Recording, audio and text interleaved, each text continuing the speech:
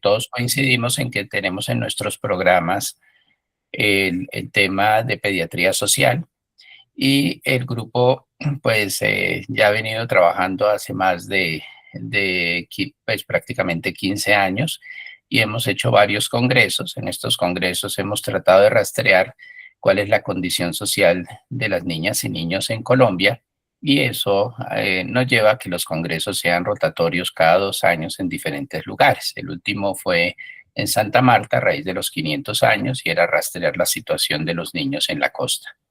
Entonces, ese es parte del enfoque. Y en las reuniones que hacemos cada 15 días se hace un seminario interuniversitario de pediatría social, donde casi siempre interactúan residentes de por lo menos 2 de las facultades eh, de- y presentan los temas que vayamos abordando en una línea de tiempo y un hilo conductor que tenemos.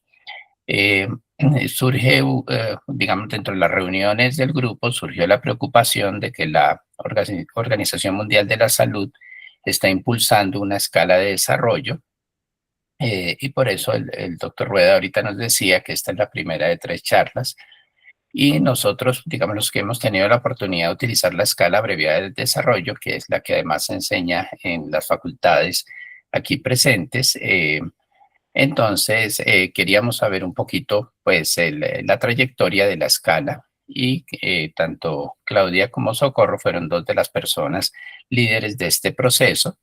De pronto, Javier se va a conectar ahorita más tarde, me imagino, que él estuvo por la parte del ministerio y entonces la idea es escucharlas un poco de cómo fue la trayectoria de la escala y todo el proceso que se ha dado hasta este momento. Ya posteriormente habrá otras personas invitadas, si no estoy mal es de Chile, doctora Cáceres. Sí. Bueno, es que, no, buenas tardes para todos. Es que tengo el computador con un problema, no puedo ver quiénes están conectados y si me muevo de ahí me saca. Yo había invitado, no sé si esté dentro de las personas que están en la reunión, la doctora Natalia del Mar. La doctora Natalia del Mar es pediatra del desarrollo. Natalia María. Natalia del Mar, pero no sé si esté en este momento. No, no está conectada. No, bueno. Ella era la profesora de la UES que nos iba a acompañar, que también pues es una persona que maneja bastante bien el tema. La idea también, bueno, como lo decía el doctor Gabriel Lago, pues si bien hoy vamos a revisar todo lo que está relacionado con la escala abreviada del desarrollo 3, las sesiones de julio, de mitad de julio y final de julio, último viernes, sí va a estar la doctora Paula Bedregal de Chile, para mostrarnos pues la escala del desarrollo según OMS, según OPS, perdón, y para finales de julio estaría ASCONI, ¿sí? Que es la Asociación Colombiana de Neurología Infantil, el doctor Izquierdo, no recuerdo el nombre de él, pero pues de pronto Fabián sí tenga el nombre completo del neuropediatra. Álvaro Izquierdo. Es, doctor Álvaro Izquierdo. Entonces, hoy estaríamos solamente, pues, la doctora Claudia y la doctora Isabel, y bueno, no sé si de pronto más tardecito se una la doctora Natalia del Mar, que es la persona invitada por la UIS. Bueno, así las cosas. Yo creo que Claudia y Socorro si quieren hacer la presentación de ustedes, o no sé si hay una propuesta diferente en el orden o alguna otra información. Ok, entonces adelante, Claudia y Socorro. Gracias. Pues de verdad que nos gusta mucho compartir este trabajo que hicimos. Nosotros somos unas del grupo multidisciplinario que hicimos el trabajo de actualizar la escala. Yo soy pediatra y soy epidemióloga clínica. Trabajamos en la Universidad Javeriana y esta fue una de las tareas que nos encomendaron en compañía pues, de la Fundación Saldarriaga Concha, el Ministerio de Salud, pensando, después de haber hecho la guía de desarrollo y crecimiento para niños sano, que fue hecha también hace más años, uno de los puntos conclusivos después de haber hecho todas esas revisiones sistemáticas es mirar cómo mejoramos la escala que ya se había hecho hace algunos años y que ya era conocida por todo el mundo. Y Socorro, si quieres tú decir quién es. Muy buenas tardes a todos. Yo soy psicóloga, soy epidemióloga clínica también y trabajaba con Claudia en la Javeriana. Básicamente, pues la llegada de nosotros como equipo a hacer la revisión y la actualización de la escala prioridad del desarrollo tuvo que ver con la recomendación que sale en la guía de crecimiento, como bien dice Claudia, se generó una recomendación de investigación porque una de las preguntas fundamentales fue cuál era el instrumento de tamización que debería utilizarse en Colombia. Esa fue una de las preguntas de la guía 2015. Y a pesar de la revisión extensa y de algunas de las limitaciones que se identificaron en su momento, casi que Claudia las va a presentar en la escala, la recomendación era que se siguiera usando la que existía en Colombia, pero que se necesitaba hacerle actualización y revisión. Y en ese camino, Cero a Siempre buscó los recursos para poderlo llevar a cabo. Y eso es parte de lo que venimos a contarles hoy. Cómo se hizo el proceso, qué fortalezas y qué ventajas tiene la escala y cómo ha ido, digamos, tomando cada vez más preponderancia su uso. Claudia. Entonces, bueno, voy a compartir pantalla. Ustedes, por favor, me dicen si hay algún problema.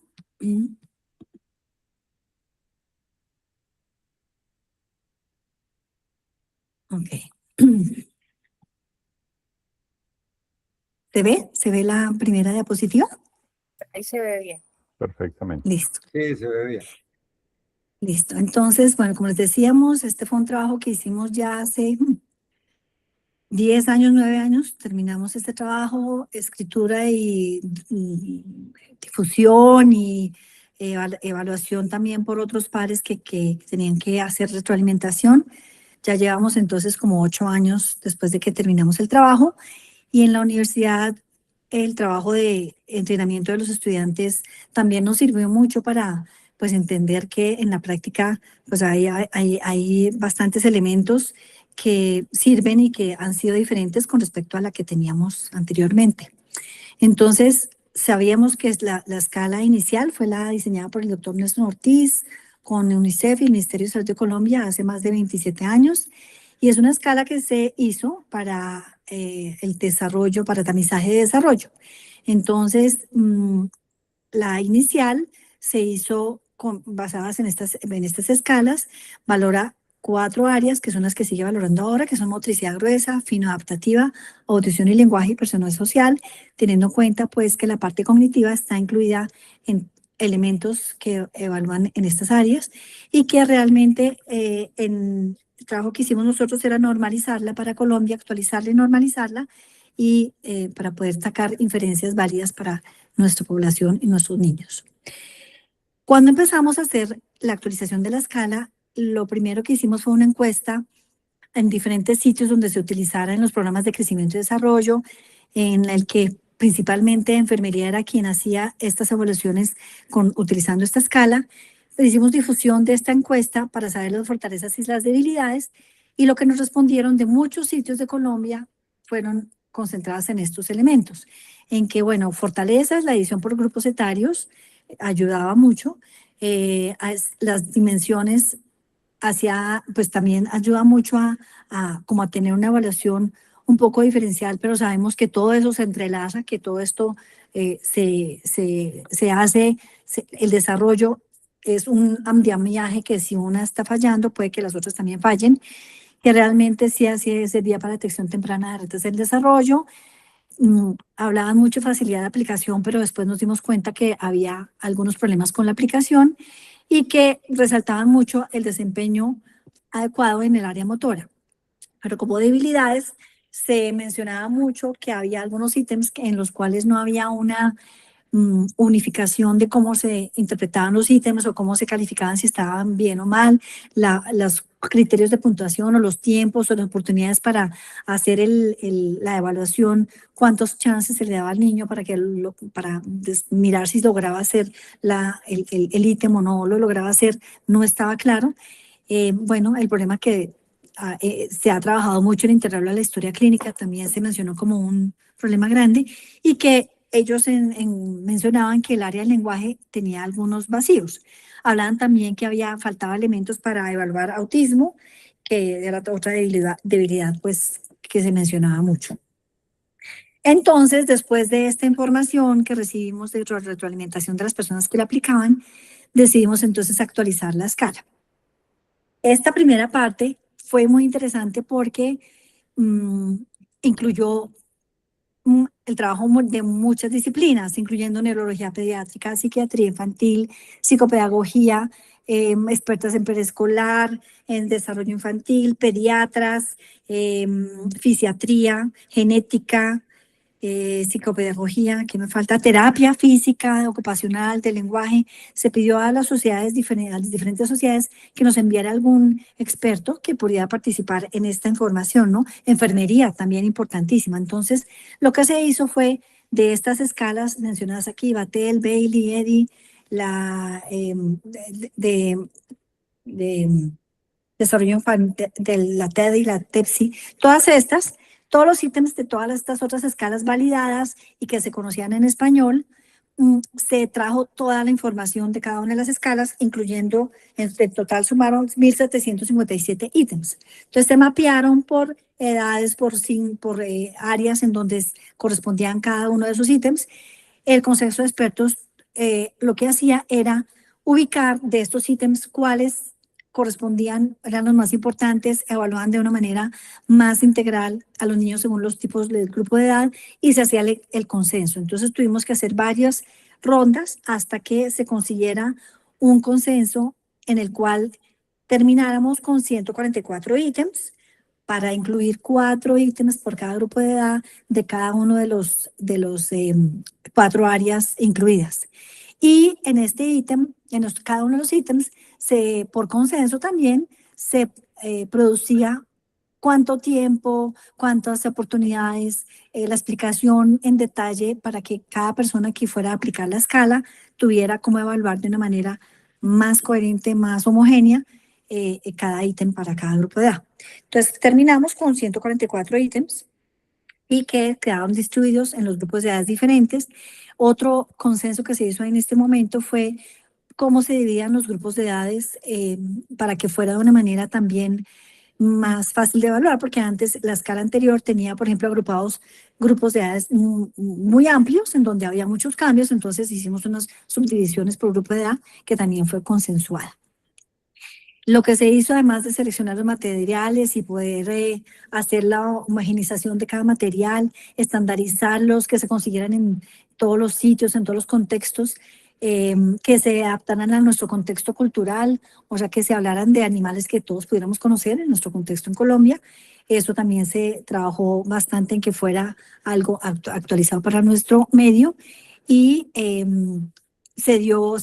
dentro del manual final se detallaba exactamente como los tamaños, las texturas, para que hubiera unificación en todo este proceso.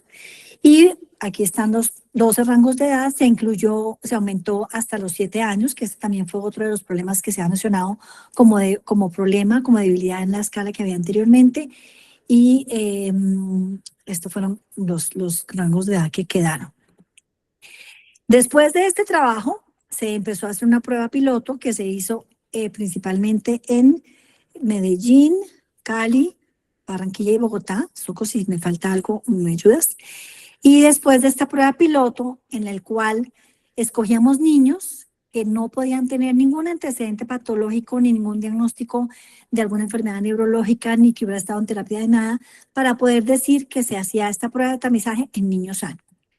Entonces, aquí están las curiosidades, se hizo la prueba piloto entre 302 niños en estos rangos, 12 rangos de edad.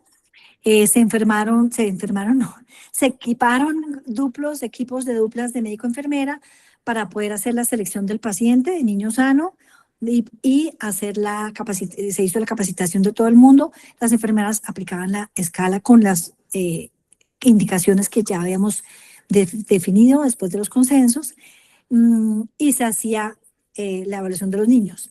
Había un aplicativo que también salió como bastante importante, bastante interesante, con muchos ítems que definía cómo era un niño sano para poder saber si podía estar incluido. De este trabajo salió la escala finalmente con ajustes, con reformulación de enunciados. Cuando había algún elemento que no estuviera claro, se volvía y se enunciaba, se cambiaban y otra vez definíamos si estaba consensuadamente bien explicado. ¿Qué más? También se hicieron apoyos audiovisuales, se hicieron videos de referencia, se hicieron bastante ejemplos para poder definir, para poder enseñar cuáles eran las condiciones de observación de manera adecuada, y se hicieron los criterios claros para puntuar según las respuestas. Y aquí entró el estudio de la normalización que Socorro nos lo va a presentar. Sí, la cuestión es que un instrumento que hace tamización como la escala abreviada de desarrollo debe comparar el desempeño que tiene el niño en las tareas estandarizadas con niños de su propio rango de edad, que representen, digamos, un desarrollo típico, para mirar cuáles son las variaciones aceptables dentro de, digamos, un desarrollo saludable. Entonces, siguiente, por favor. Para poder hacer la normalización, la idea es tener una referencia con la que se pueda comparar lo que hace el niño. Entonces, nosotros tenemos que tener una muestra muy grande de niños en todo el país, o pues tratamos de hacerlo en diferentes regiones del país, básicamente para tener cómo convertir esos puntajes que llamamos brutos o directos en puntajes comparables. Nosotros usamos tanto una distribución T como una distribución percentil. La versión original del doctor Ortiz era percentil, pero nosotros preferimos hacer una distribución normalizada T más parecida a las de las curvas de crecimiento que tiene Colombia, para hacerlo de forma inferencial con la edad como una variable condicionante. Entonces, básicamente nos enfocamos en poder hacer una clasificación del desarrollo que fuese sencilla para aquellos que trabajaban en el sistema de salud y que se pareciera bastante a cómo IEP se aproxima a la exploración, es decir, un niño en un sector verde o desarrollo esperado, algo que representara la alerta y algo que representara el riesgo. Siguiente, por favor. Entonces, ¿qué hicimos? Nosotros estuvimos en 5 grandes ciudades y 2 ciudades intermedias, en las que capturamos 1.795 niños y niñas entre 0 y 84 meses con desarrollo típico, verificando 47 criterios de elegibilidad. Es decir, estos niños debían cumplir con debían no tener 47 criterios de exclusión que indicaban riesgo de tener un desarrollo no típico.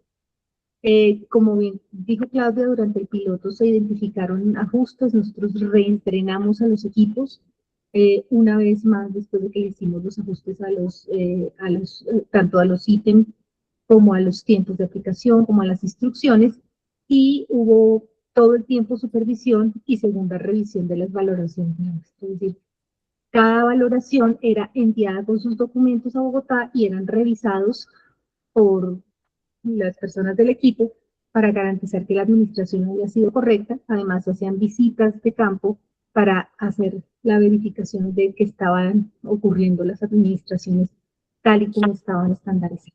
Siguiente, por favor. Entonces, la distribución por sexo y edad, fue equilibrada por sexo. Un tic más, por favor, para que se vea la siguiente cosa. A ver si, no salió porque. Y la distribución por edad básicamente no fue estable entre todos los 12 rangos, fluctuó entre 5.2% de la muestra total para el rango que aportó la menor cantidad de niños, hasta el 13.9% del total. Nuestra esperanza, nuestra expectativa era que la distribución por rangos de edad fuese homogénea, pero ustedes saben que es más fácil capturar niños dentro del sistema de salud en ciertos rangos de edad que en otros. La siguiente, por favor. Entonces, para la generación de los puntajes normativos, nosotros hicimos un proceso estadístico que tomó esos puntajes directos, los transformó en puntaje P y percentil, y tuvimos un proceso de discusión sobre el riesgo de falsos positivos y falsos negativos con cada una de las clasificaciones. En 8 de los rangos, la clasificación dada por puntaje T y por percentil era igual. Hubo 4 rangos en donde hubo discusiones porque no correspondían. Entonces se tomaron decisiones que favorecieran una identificación temprana sin una clasificación de riesgo. Y con eso se formularon 3 categorías de evaluación del desarrollo. Desarrollo esperado, es decir, ese desempeño dentro de lo esperado para la edad frente a las normas por rango. El niño se encuentra a mínimo una desviación estándar por debajo de la distribución T o a 3% por encima de la percentilar, y de ahí para arriba todo se considera desarrollo esperado. Es decir, nosotros no tenemos algo como una categoría de desarrollo superior para la edad. Eso no existe. Si el niño estaba entre 1 y 2 desviaciones estándar en distribución T o entre 30 y 10% de la percentilar, el desempeño es bajo frente a las normas y amerita seguimiento y una nueva valoración, que es lo que nosotros llamamos riesgo de problemas del desarrollo. Y la categoría roja es los niños que estaban por debajo de 2 desviaciones estándar o por debajo del percentil 10, que es desempeño muy bajo, y la idea es que se active la ruta de atención para valoración especializada, que es lo que describe la RIA del Ministerio de Salud para crecimiento y desarrollo. Como ustedes saben, nosotros terminamos con una serie de productos finales que están disponibles de forma gratuita en la página web del Ministerio, el manual técnico que contiene el instructivo, una guía rápida que facilita la administración en su hoja de respuestas y sus hojas de registro de respuestas. ¿Qué tiene de ventajoso la escala de habilidad del desarrollo en términos generales y que ha dado un ecosistema creciente de recursos? Y es básicamente un instrumento que es culturalmente adaptado a las necesidades del país, porque participaron los expertos de muchas regiones y con conocimientos no únicamente, digamos, clínicos, sino también culturales, lo cual facilitó que los ítems se adaptaran en general a niños hispanohablantes, sin importar si eran urbanos o rurales. Tiene una normalización hecha para la propia población, garantizando que la clasificación de los niños no va a estar, digamos, sesgada por poblaciones diferentes. Tiene un manual muy claro de adaptación de materiales, que ha sido una de las discusiones más importantes sobre el manejo y el uso de materiales de pruebas extranjeras. Entonces, se hizo un trabajo, como bien lo dijo Claudia, bastante diligente y juicioso, en que en cualquier lugar del país se pueda administrar con los recursos que hay. No hay un cubo estandarizado tipo Bailey, hay una guía de cómo debe ser el cubo y muchas ofertas de cómo hacerlo sin diferentes materiales. Los animales para la representación, nosotros no lo separamos porque uno de nuestros expertos también habían antropólogos y sociólogos para evitar carga de roles de género. Entonces no hay tapa el osito, ¿no? Es tráeme el caballo o tráeme el perro en el seguimiento de instrucciones, por ejemplo, para evitar cosas que pudieran ser complejas en esa área. ¿Qué hay disponible hoy que, digamos, excedió la iniciativa de Cero a Siempre? El curso virtual de UNICEF Ágora, que tiene 3 módulos con 144 videos de los ítems, está abierto a todos los profesionales de los países hispanohablantes, porque la escala abreviada de desarrollo 1 y 2 fue empleada en Ecuador, en Bolivia, en Perú, en Venezuela en el pasado. Hay un curso virtual del CENE, Es una formación gratuita de 48 horas para la valoración integral. Desde luego, como les dije, ya está en la política pública, en la RIA, y hay un ecosistema digital. Si ustedes pueden ver, hay muchas iniciativas para integración de software de historia clínica, van a encontrar videos, van a encontrar guías, porque dado que es un material público de Colombia, muchas instituciones se han comprometido con transmitir y extender su uso y su formación a personal tanto del área de la salud como de los campos educativos. Esta era pues nuestra presentación con Claudia.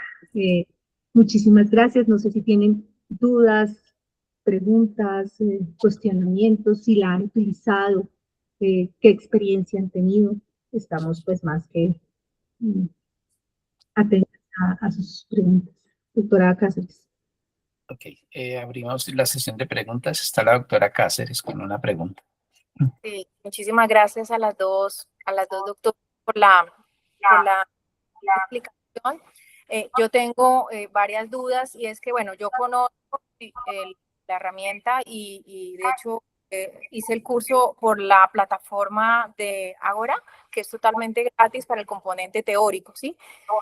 Pero yo sí veo, y digamos que desde la experiencia donde yo trabajo, yo soy docente del área de pediatría social en Bucaramanga, sí digamos que indagando con el servicio en el que estoy, que es de primer nivel, ¿cierto? En un centro de salud de Lisabú, veía que la aplicación de la escala no la hacía de la misma manera como la hacemos los pediatras. Bueno, yo veo que ahí, digamos que puede haber como una heterogeneidad y una, pues no pienso que todos los que aplican esta escala tienen como la misma habilidad y la misma rigurosidad para realizarla.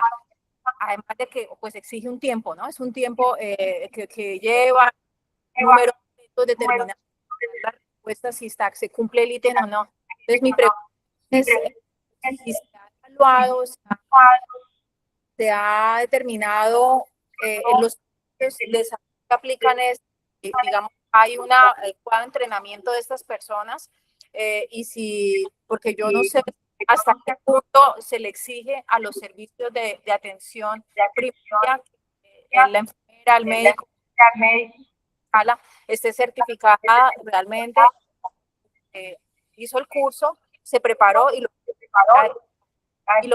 es que pues yo, digamos que siento que pues como ustedes mostraban los elementos de esta participación de la escala abreviada del desarrollo tan económico, ¿no? Yo la tarea de meterme en internet y buscar la y todo, digamos, tal cual como lo ven en una inversión es pequeña, entonces yo no sé si eso puede ser una limitante para darle validez a eso, porque no todos la hacen con los elementos que se requieren para que la canción quede bien.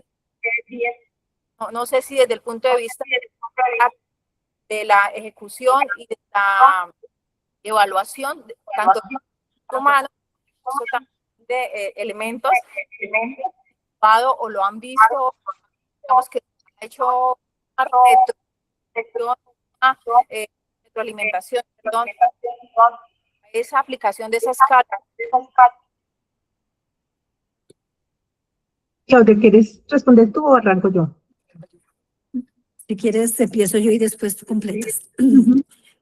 Ahí hay un retorno de un sonido. Sí, se está oyendo un eco. Pensé que era yo la que tenía, pero sí se oye un eco ahí. No sé ¿Ahí si se oye todavía? No, ahí mejoró. Bueno, pues realmente lo que se trató de hacer es una escala homogenizando los ítems de una manera que cada vez que nos retroalimentaban las personas que hacían las aplicaciones en campo, vea, esto no quedó claro, esto sí quedó claro, esto es mucho tiempo. Todo esto se trató de mejorar para que fuera claro y la persona que lo aplicara pudiera hacerlo de mejor manera. Todo esto es un proceso, ¿no? Ahora, en este momento se está haciendo se hizo ya una validación en la Nacional, por el Grupo de la Nacional, con una patrón de oro, y en la Javeriana se terminó otra validación con otro patrón, con un consenso de patrones de oro, que también todos esos estudios están para, que le decía yo al doctor Fabián y al doctor Lago, que también valía la pena escuchar esos resultados, porque de ahí sale también información que puede servir para seguirla mejorando o para detectar, bueno, algún ítem que está muy confuso, que algo pasa. Por ejemplo, hay cosas en la escala y en grupo de edad en donde solamente hay verde y rojo, no hay amarillo, pero pues es que así fue que salió el resultado. Hay algunas cosas que pudieran mejorarse o que pudieran poderse entender en el transcurso de hacerlo. Pero es que realmente esto uno se da cuenta cuando uno lo aplica, que cada vez que yo lo aplico aprendo más, pulo mejor la manera de pedirle la acción al niño, o observo de mejor manera. Esto es de práctica y mucho de compromiso, ¿no? Si yo sé que esto es tan importante que puede detectar algún problema en el desarrollo del niño, pues yo lo hago con mucha más seriedad. Entonces yo también creo que es mucho de darle relevancia, de poder convencer a la gente que es que con esto y de dónde salió, es que esto es una manera muy fuerte para poder encontrar si algo está pasando con el desarrollo del niño. Y tener en cuenta que esto es tamizaje, esto no es diagnóstico, esto es tamizaje y esto da acciones diferentes. Esto tampoco sirve para diagnosticar o para hacer seguimiento al niño que ya se encontró algún problema. Muestra, a ver, hacemos el seguimiento del niño para saber cómo, si este problema ya se mejoró o no, porque esto es tamizaje. Después de este tamizaje sirve para profundizar y hacer otra prueba más certera para saber si el niño tiene el problema que estamos pensando que tiene. Esto sería, bueno, y los elementos, hay un kit que han hecho los negociantes, muy bien hecho, que es un kit que vale como 300, me acuerdo, Soco, que en esa época averiguamos que a la larga uno puede, sí, uno si se daña la hojita esa con que hacen el papelito chiquitico, pues uno consigue otra.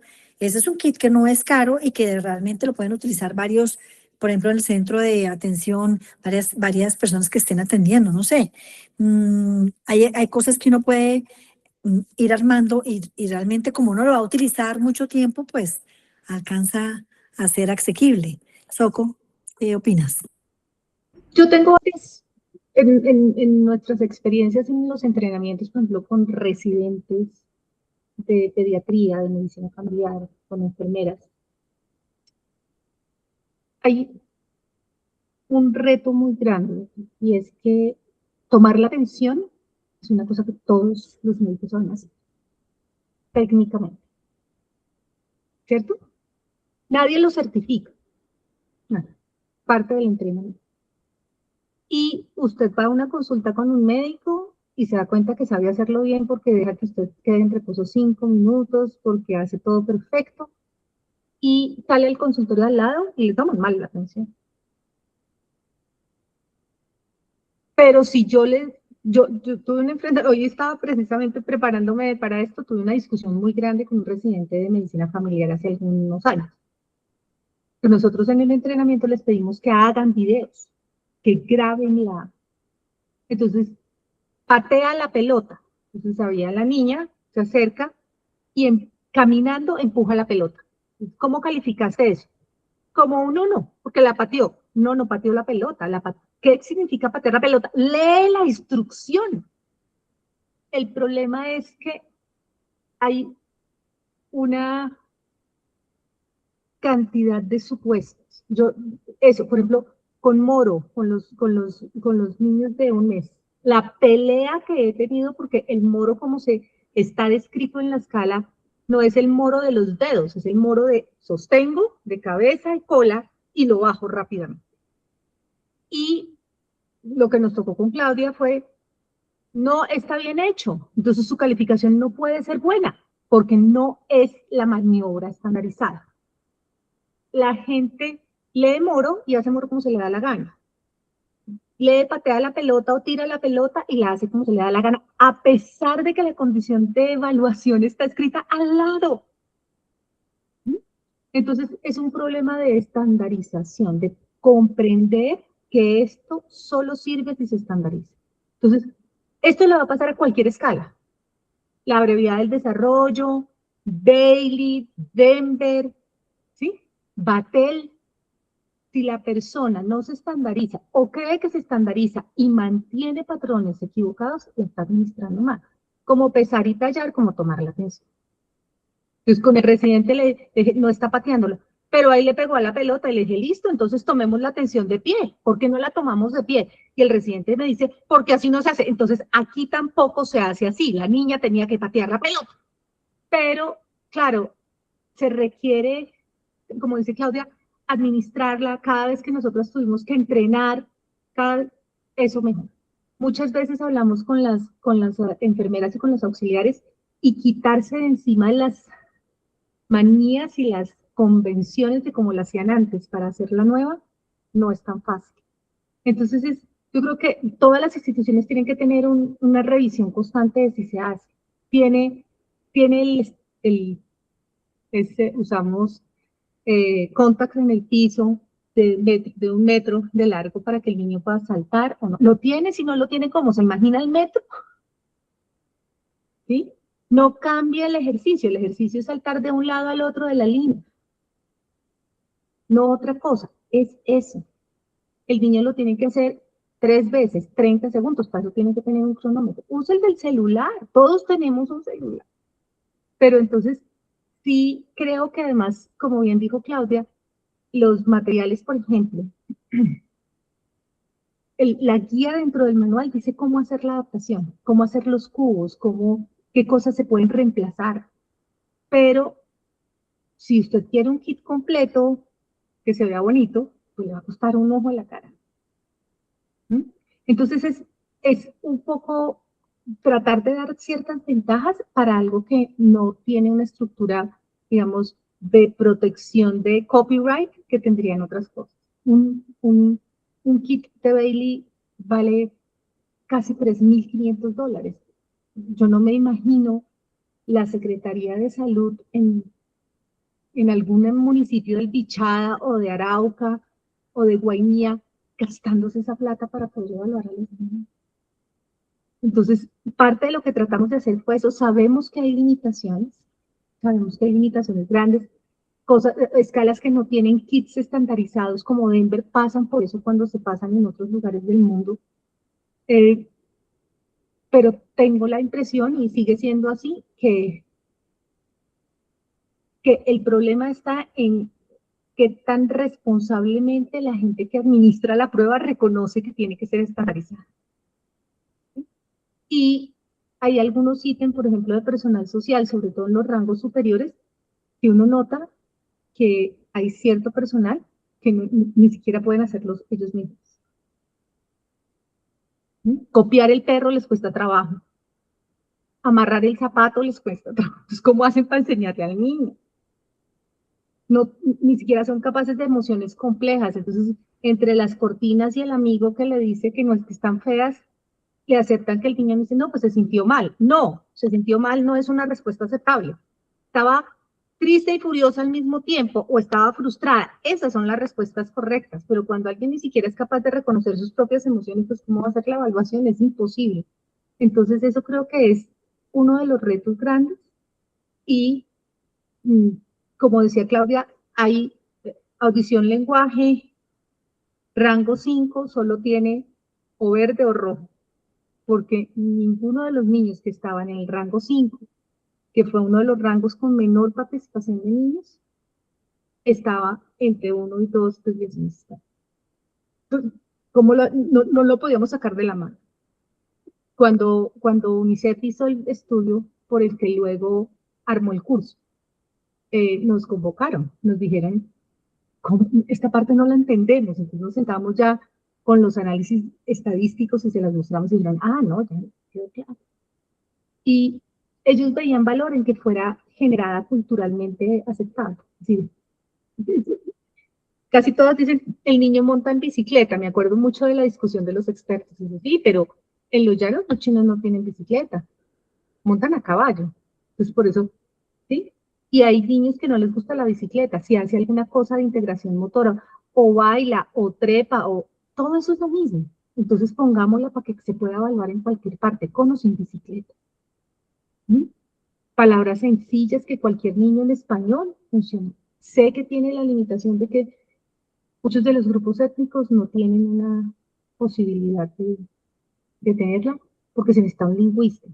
No me acuerdo, no sé si Javier ya se conectó, que tuvimos una discusión importante sobre eso, porque el ministerio quería traducirla. Yo le dije, me parece genial, pero necesitan tener una interacción de lenguaje y lingüistas para que las palabras, el nube, nudo, pues evalúe lo mismo que está evaluando la nube nudo en español.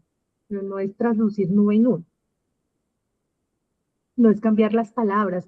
Nosotros tratamos de que todo estuviera ahí para que la gente lo imprimiera. Pero usted sabe que a veces ni siquiera, una vez uno de los residentes, no, uno de los estudiantes, es que cuando veo el video y esa historia de dónde salió, esa historia no tiene pies ni cabeza. Ah, no, pues es que decía una historia. La historia estandarizada está en el manual. ¿Cómo fue que no la vio? ¿Cómo es que no usó la que estaba ahí? Es esa.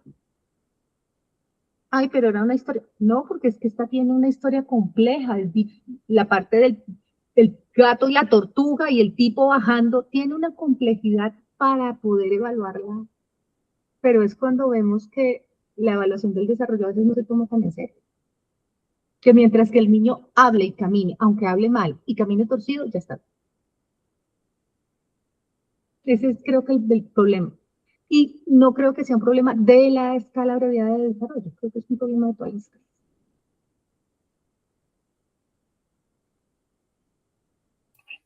¿Alguna otra pregunta?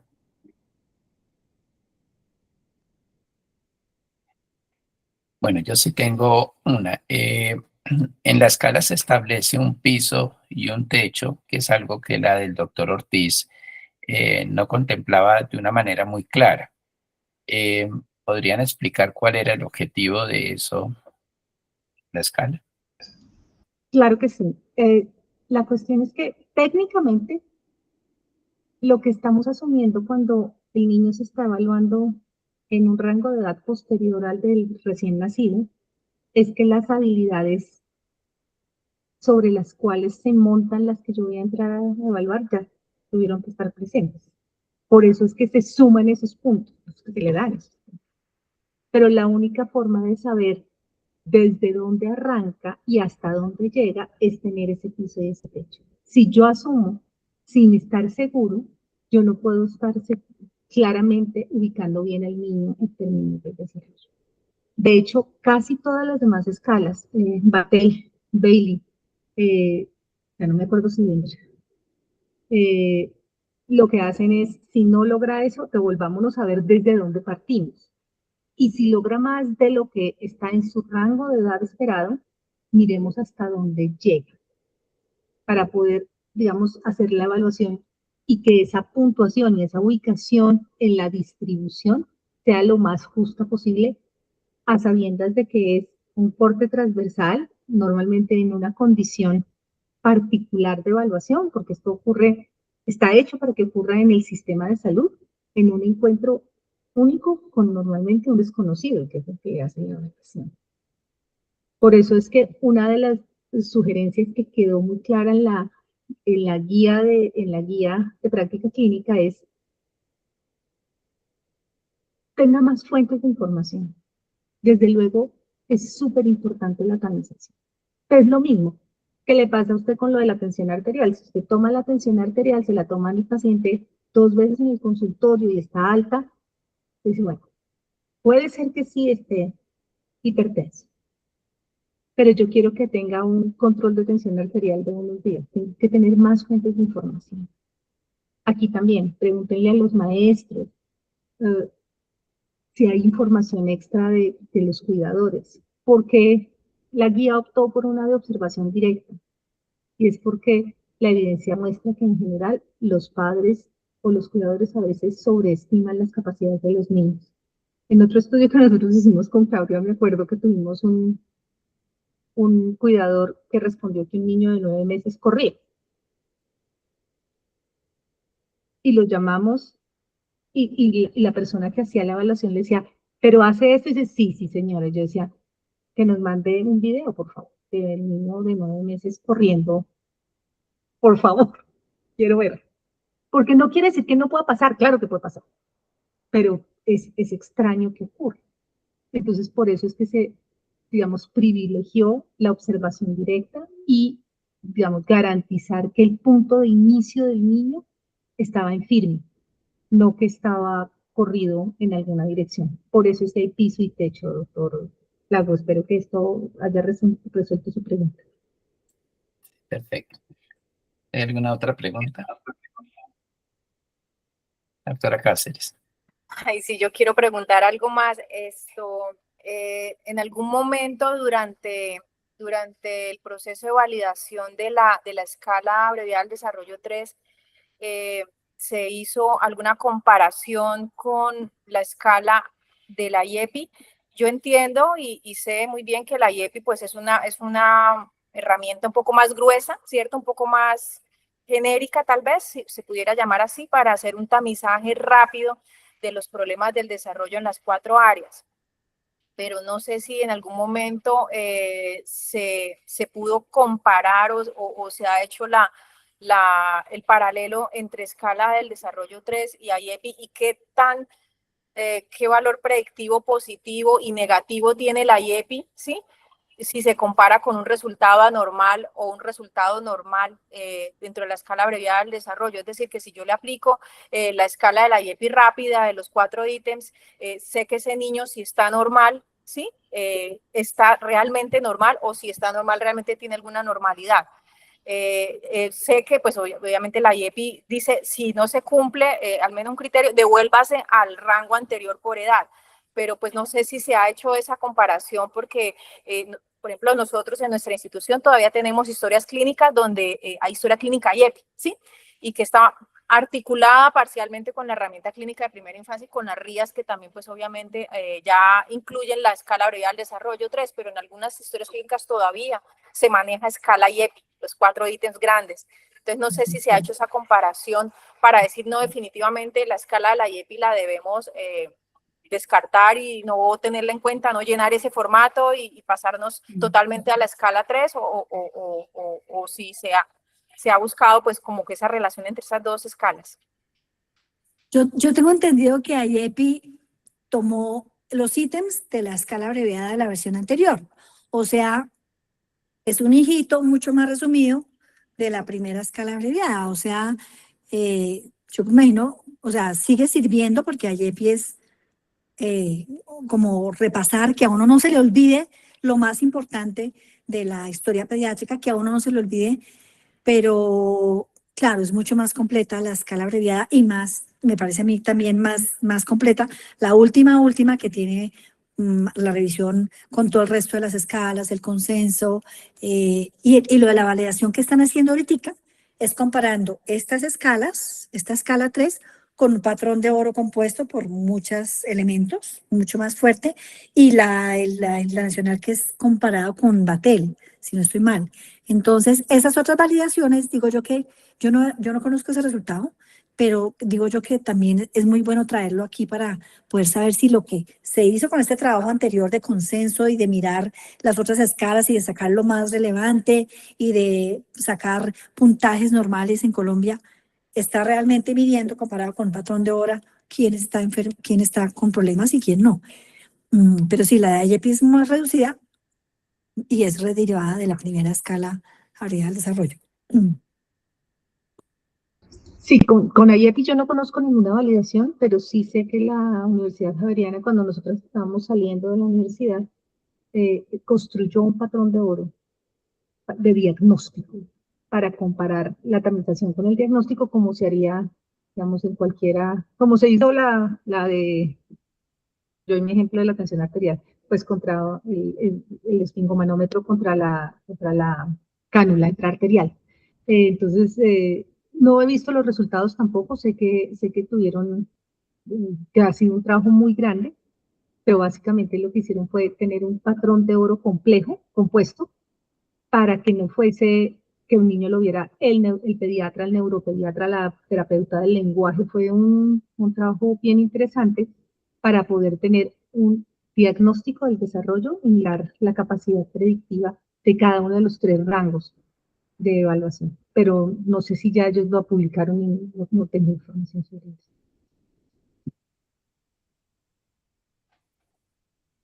Doctor Rueda.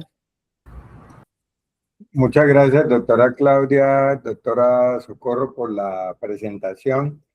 la duda mía va a lo siguiente.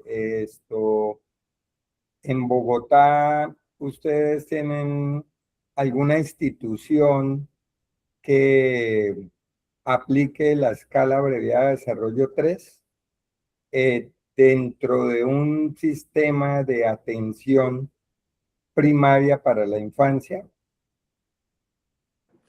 Yo sé que Salud Total la tiene y la incluyó en su historia clínica.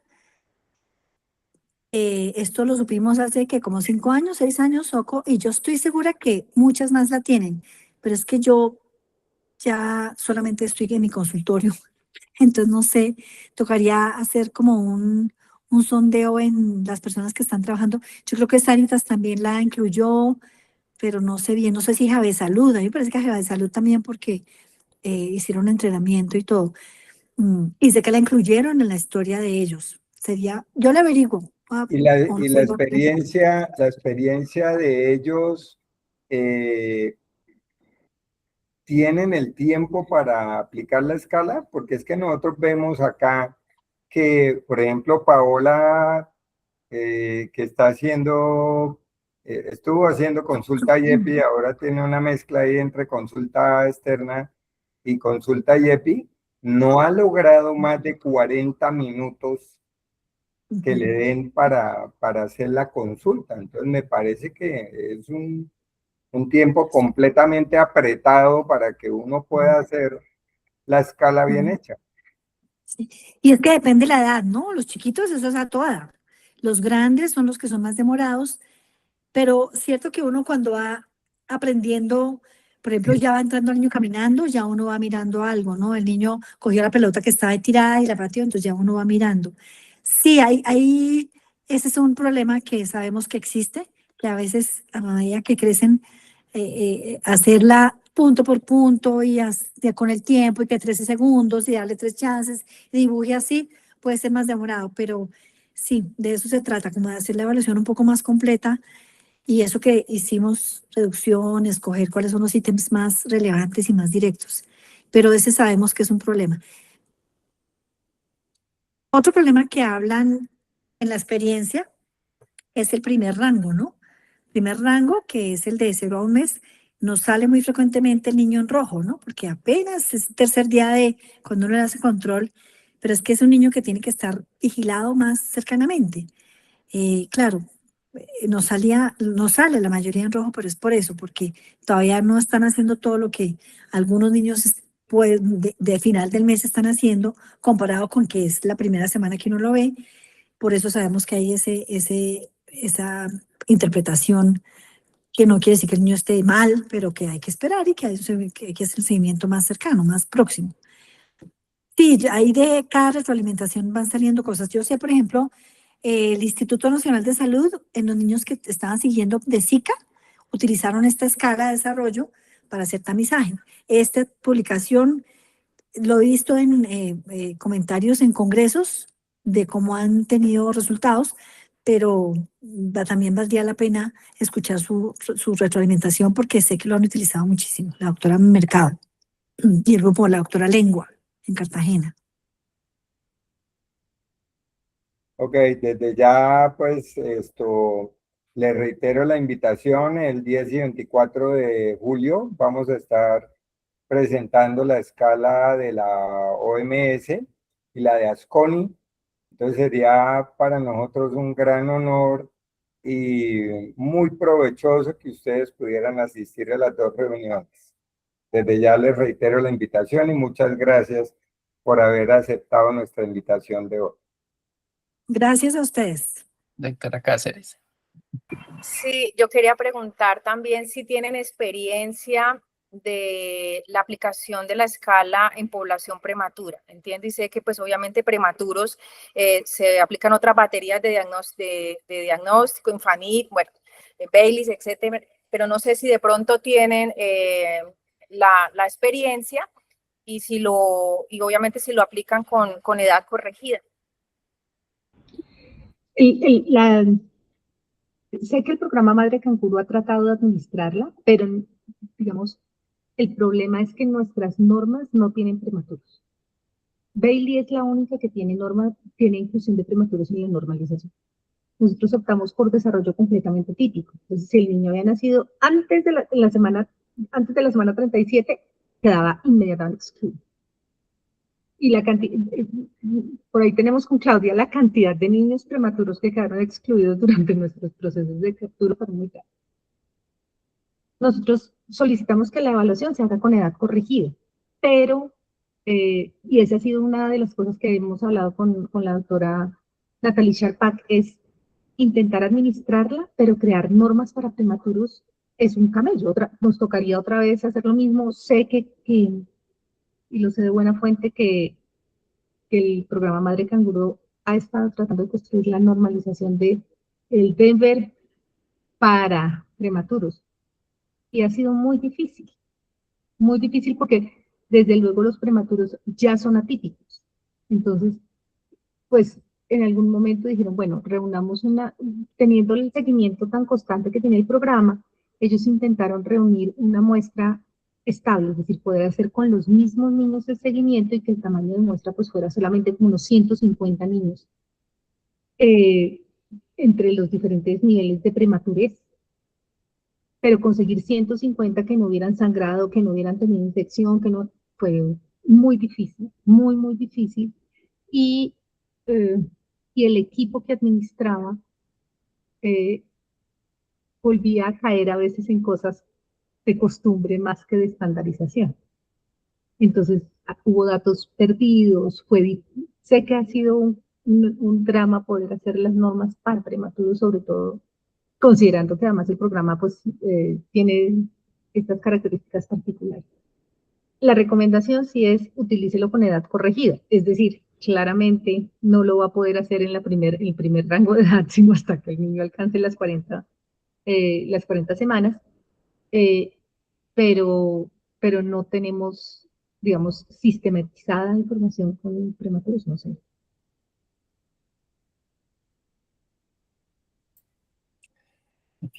Cuando ustedes hicieron la estandarización, ¿pudieron comparar grupos de niños escolarizados con niños desescolarizados? ¿Y cómo se comportó No, porque no, porque el tamaño de muestra se nos hubiera agrandado mucho y porque además nuestro compromiso en todos los acuerdos era que la escala se separara de la escolarización. Entonces, por eso no hay nada que tenga que ver ni con letras, ni con números, ni con ninguna de las cosas de aprestamiento de educación inicial.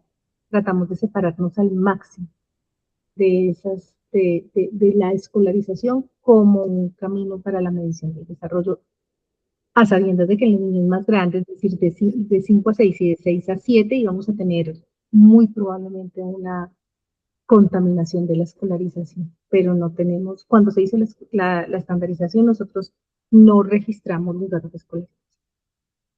Sí, hay unas de sílabas, pero es en los niños más grandes que uno supone que ya han tenido algo de contacto con sílabas, pero que van leyendo, muy fundan, pero no tenían que estar escolarizados. Y en los niños pequeños, ¿hasta dónde influyó el estado de vigilia? La vigilia del niño y la información que nos da la mamá, porque el manual dice, pregúntele al cuidador, pero cuando uno evalúa el recién nacido, ¿en qué estado debe estar? No escucho bien. Sí, o sea, si nos llega un niño que está recién despertado, o un niño que está con hambre, ¿qué tanta acidez tiene en estas condiciones? Sí, por eso es que la instrucción inicial dice cómo debe prepararse tanto el evaluador como la condición de evaluación. Es decir, el niño tiene que haber comido, no puede estar dormido, porque si no la evaluación va a estar mal realizada. Es decir, eso no tiene ajuste, no hay forma de hacer ajuste por esas condiciones particulares. La administración debe hacerse en condiciones ideales. Y no se puede reemplazar, y esa es una de las peleas más grandes a veces, es no reemplace el hacer la tarea por preguntarle al cuidador. tratamos en un esfuerzo que fue grande, que casi todas las tareas fueran de observación directa y casi nada quedara de observación, de pregunta al cuidador. Pero hay ocasiones como las que describe el doctor Lata, en las que el niño llega medio dormido o está febril o cualquier cosa, y entonces el evaluador resorta a preguntarle al evaluador, al cuidador, en vez de hacer las tareas.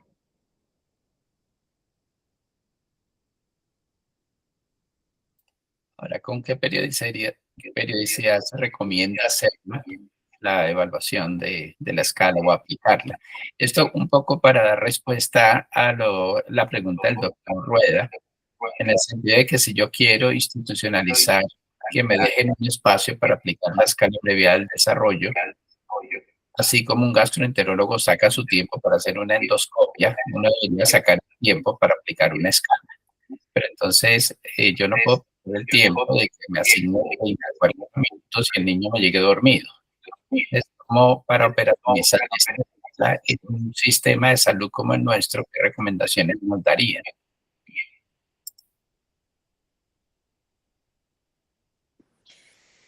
En la guía de crecimiento y desarrollo se mencionaba que los más chiquitos deberían ir al control con el pediatra o con el médico cada mes. Entonces ahí uno debería hacer evaluaciones, incluyendo la escala. La recomendación nuestra, o sea, nosotros nos fuimos hasta en qué momento obligatoriamente se debería hacer, con qué frecuencia esta escala, pero sí en todos los encuentros que uno tenga con el niño, uno tiene que hacer un tamizaje de desarrollo. Cuando el niño está estable, cuando el niño está tranquilo, uno debería, porque son oportunidades que se deben aprovechar para detectar algo, ¿no? Y uno sí recomienda, chiquitos, cada mes o cada 2 meses, de 6 a 12 meses, por lo menos 2 veces, de 1 año, 2 años, creo que en la guía había quedado cada 3 meses, o cada 4 meses, y ya más grandes cada 6 meses. Es como quedó en la guía, es al mes, a los 3, a los 6, a los 12, a los 18, a los 24, y al menos una vez de los 24 hasta los 7, una vez al año.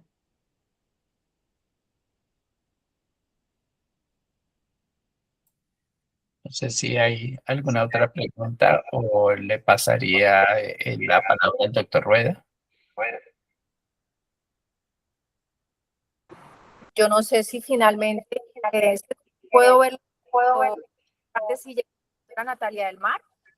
Si alguien me puede confirmar. Porque pues Natalia es una docente que ella... No la veo. No la veo. Paola, no la veo. Ella es la persona referente en el posgrado, que está pues con el residente haciendo como este entrenamiento en escala abreviada al desarrollo 3 en el primer nivel, pero bueno, tal vez no pudo conectarse. Hubiera sido interesante que ella pues hubiera podido participar también y comentarnos su experiencia. Pues, no.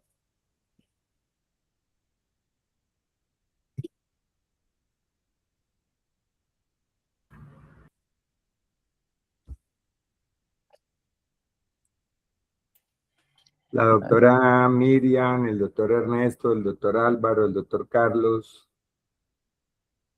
¿desearían intervenir?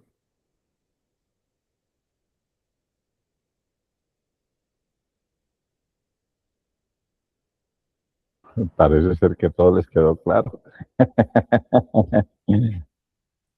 No sé si Ernesto conozca lo que decía Claudia en La Nacional. Mientras, la doctora Miriam.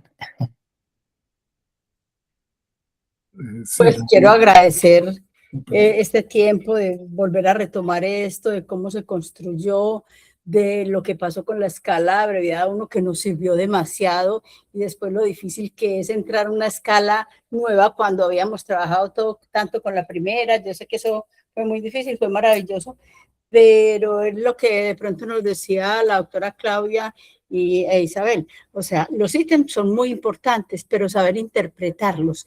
¿Qué hago?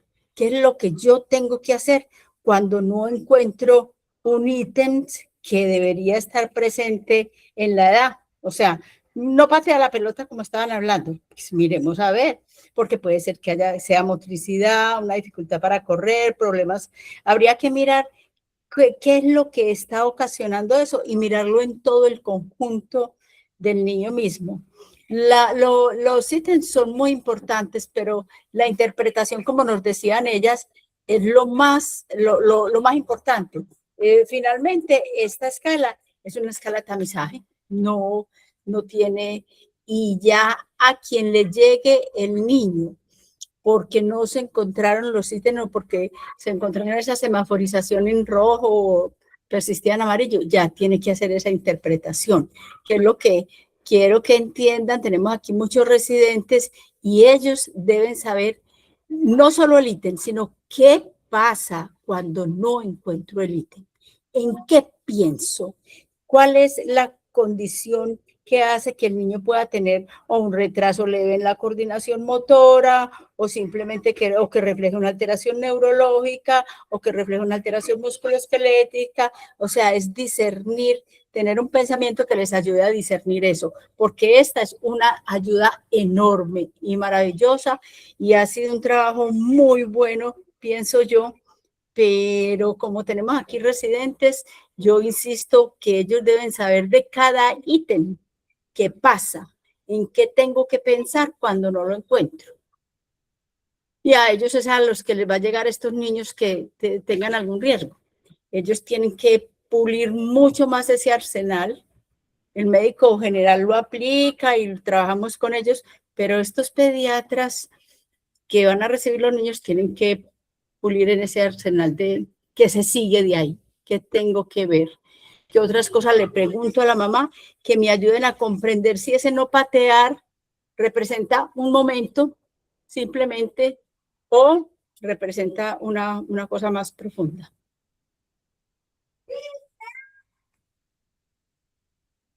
Ernesto.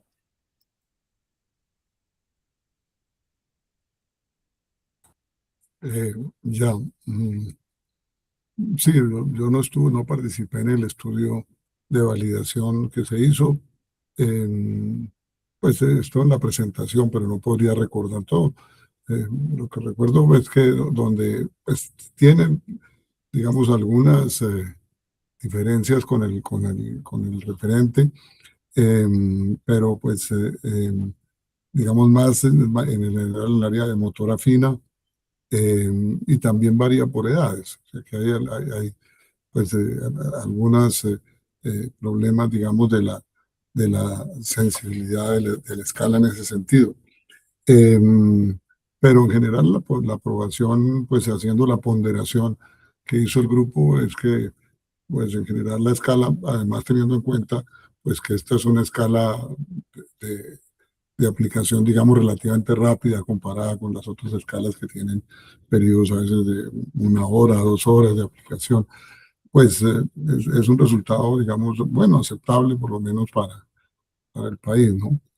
Ese es como mi apreciación, pero tendría que repasarlo, solamente vi la presentación, pero pues también si es pertinente podemos invitar a las personas que estuvieron en ese proceso para que presentaran esa validación. Pero digamos en resumen, es que pues con esas, digamos, limitaciones en algunas áreas y en algunas edades en general, la validación es aceptable de lo que yo recuerdo así rápidamente. Ahora, la pregunta también sigue siendo la misma que va a estar en los 3 eventos. Bueno, todos estos instrumentos, bueno, por ejemplo, la pretensión de la OPS de tener un instrumento que pueda hacerse en toda la región, retomando el instrumento que propone la OMS que van a presentar. Bueno, eso es válido, que eso implicaría, digamos, revisar este instrumento, o tendríamos que, o es pertinente continuar con este instrumento nacional. Bueno, también está la prueba de Asconi, que también van a presentar, que se basa como en hitos del desarrollo y que pretende también ser una prueba rápida que permita un acercamiento al desarrollo. Yo creo que el tema fundamental es que pues nunca va a haber una escala ideal completamente y siempre habrá una tensión y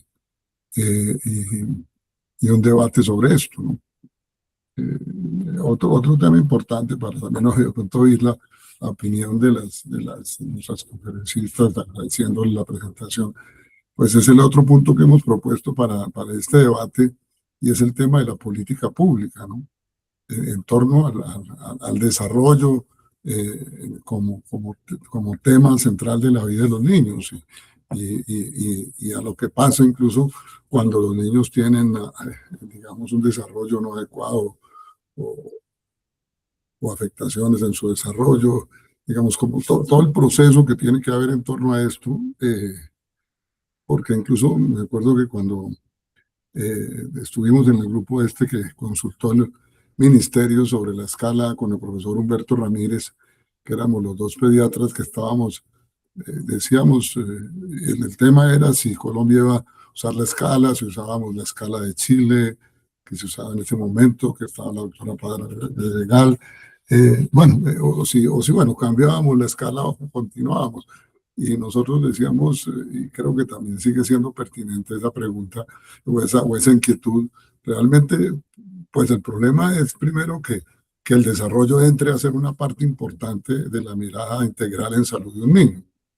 Segundo, que una vez, digamos, se aplique un instrumento de estos, pues se disparen acciones, haya una ruta de atención, digamos, como se llama ahora en el ministerio, para las situaciones que se presentan. ¿Qué pasa cuando yo encuentro a un niño en situación de riesgo? ¿Qué pasa si lo encuentro con una posible alteración en el desarrollo? ¿Cuál es el camino que sigue? Que eso fluya dentro del sistema. Decíamos, porque, digamos, seguir centrando la discusión solamente en el instrumento y querer el instrumento más perfecto si finalmente ni siquiera se le aplica a la mayoría de los niños con las limitaciones que se han dicho aquí, del tiempo, del entrenamiento de las personas, de la disponibilidad de los materiales. O sea, todo eso sería una política, que es lo mismo que pasa con cualquier tema.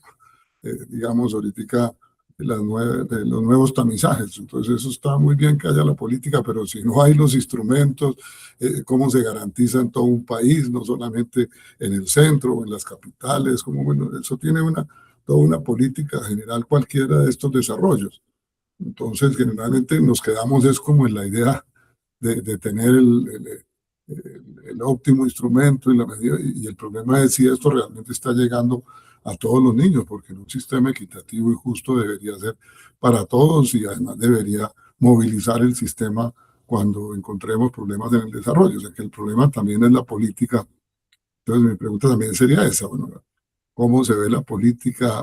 ¿Vale la pena volver a hacer esta discusión con la escala nueva de la OPS, con las de SCONI, con estas otras que también se han desarrollado en la región, porque ahora hay escalas en Uruguay, en otras partes, que no habían en el momento de la escala de prioridad del desarrollo?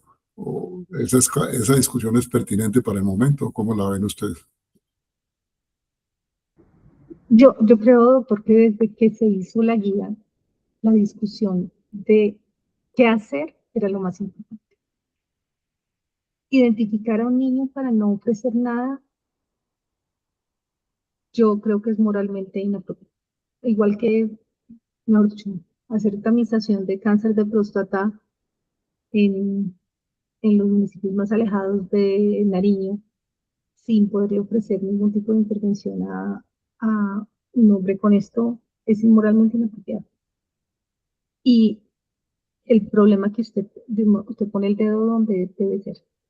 Lo que yo pienso es, obviamente trabajamos mucho con Claudia en la escala abreviada, la queremos, pero no importa cuál sea, mientras que de verdad cualquier niño identificado como en riesgo, con una sospecha, sea susceptible de ser visto por un sistema que no únicamente pueda determinar, como bien decía la doctora Miriam, de dónde viene el problema, sino si hay alguna forma de solución. La tamización por sí sola no soluciona nada. Claro, toca hacerla, tenemos que hacerla bien. La tamización los problemas del desarrollo pueden llegar a ser tan frecuentes y tan variados que vale la pena tamizarlos, administrarle una prueba a un niño, esta cualquiera, prácticamente no le va a hacer daño. Pero si de ahí no pasamos, pues no sirve de nada. Y yo sigo viendo el problema centrado en si hacemos tamización o no hacemos y con qué la hacemos, pero no el resto. Y un sistema que ni siquiera protege el tiempo para hacer la tamización bien, pues no parece estar tampoco muy interesado en hacer lo demás. Yo creo que la discusión tiene que ser una discusión más compleja, como usted la propone, y una discusión en la que si el acceso a cualquier otro mecanismo no es generalizado, el tener un muy buen instrumento de tamización con cosas muy sofisticadas, lo único que podría hacer es aumentar en sí mismo la inequidad.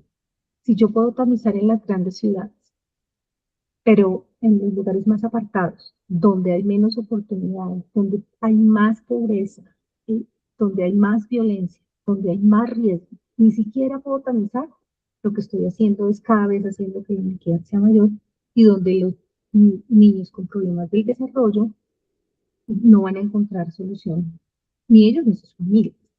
Entonces, yo creo que estoy muy de su lado en la discusión. No importa cuál sea. De hecho, si cada lugar quisiera usar una, pues que use la que sea, mientras que se pueda redirigir la atención correctamente, identificar las causas, los condicionantes y algún tipo de intervención que solucione los problemas y que contenga los efectos nocivos de los trastornos del desarrollo.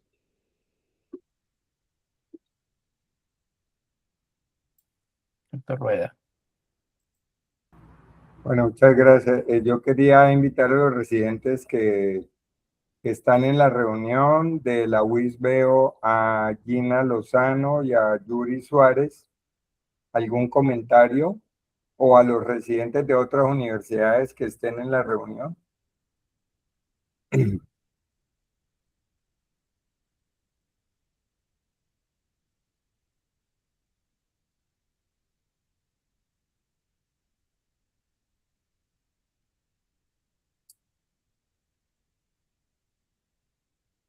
Bueno, parece que no. Claudia.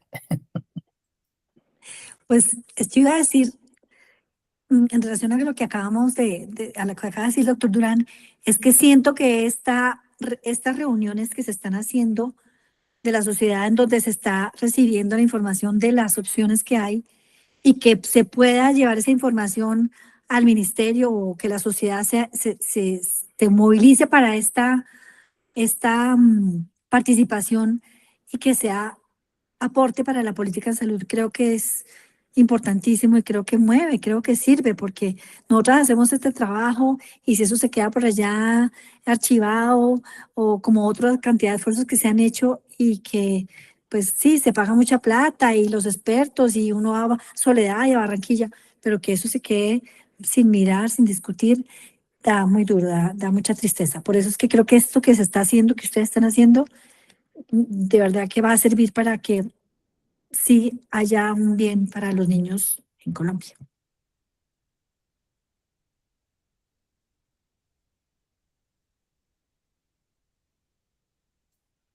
Doctor Fabiano, doctor Arisa, para el cierre.